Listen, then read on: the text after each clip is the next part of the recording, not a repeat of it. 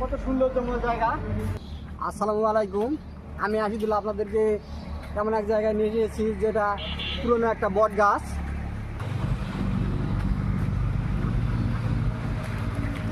আপনারা দেখতে পাচ্ছেন এই সেই বড় বিশাল গাছ, এর কোনো শাখা প্রশাখা নেই। কোনটা শাখা আর কোনটা প্রশাখা কেউ কখনো দেখেইনি এটার, যে এটা এত পুরনো গাছ। এটার বয়স সম্ভবত 500 বছরের ওই পার হবে। আপনারা দেখতে পাচ্ছেন কত শাখা, কত শিকড়, এটা বিশাল একটা পুরনো বট গাছ, যে গাছের বয়স 500 বছরের ওই পার হবে। আমি অনেক ছোটোবেলায় এখানে এসেছি, যে এগুলো ধরে ঝুলু খাইছি, আমি ঝুলু খাইছি অনেক ছোটোবেলায়। আমি অনেক উপর থেকে এই গাছটার পরেও গেছিলাম, তবে আমার কোনো কিছু ক্ষতি হয় নাই। তবে আমি জানি না যে এই গাছ এত সৌন্দর্যময় বা এত গাছটা ভাইরাল হবে, আমি আগে জানিনি। তো নয়তো আগে থেকে আমি গাছেই বসে থাকতাম। আমি আপনাদেরকে একটু দেখাতে চাই উপরটা। দেখেন কত সৌন্দর্যময় একটা জায়গা, যে গাছে আসলে আমাদের মন জুড়ে যাবে। আর আমি সামনে একটু দেখাই, এখানে একটা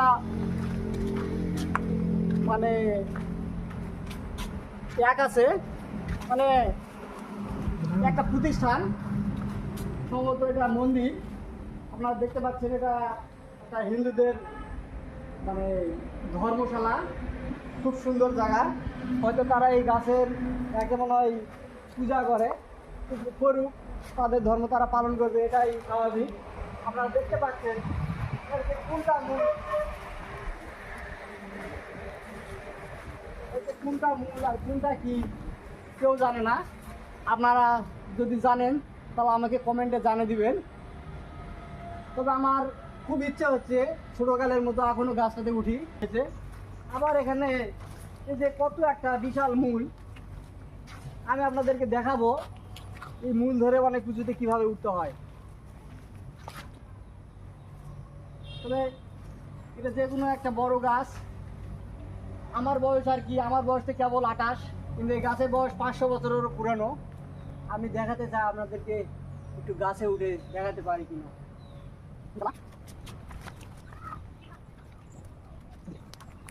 আপনারা দেখতে পাচ্ছেন আমি গাছের এক ডাল থেকে আরেক ডালে যাচ্ছি, তবে পারবো আমি। এর আগেও অনেক কিছু দেখেছি আপনাদেরকে। আমি অবশেষে দুর্গাপুরের ভাড়াল বট গাছের মূলে উঠছি। আপনারা যদি মন চায় এই গাছে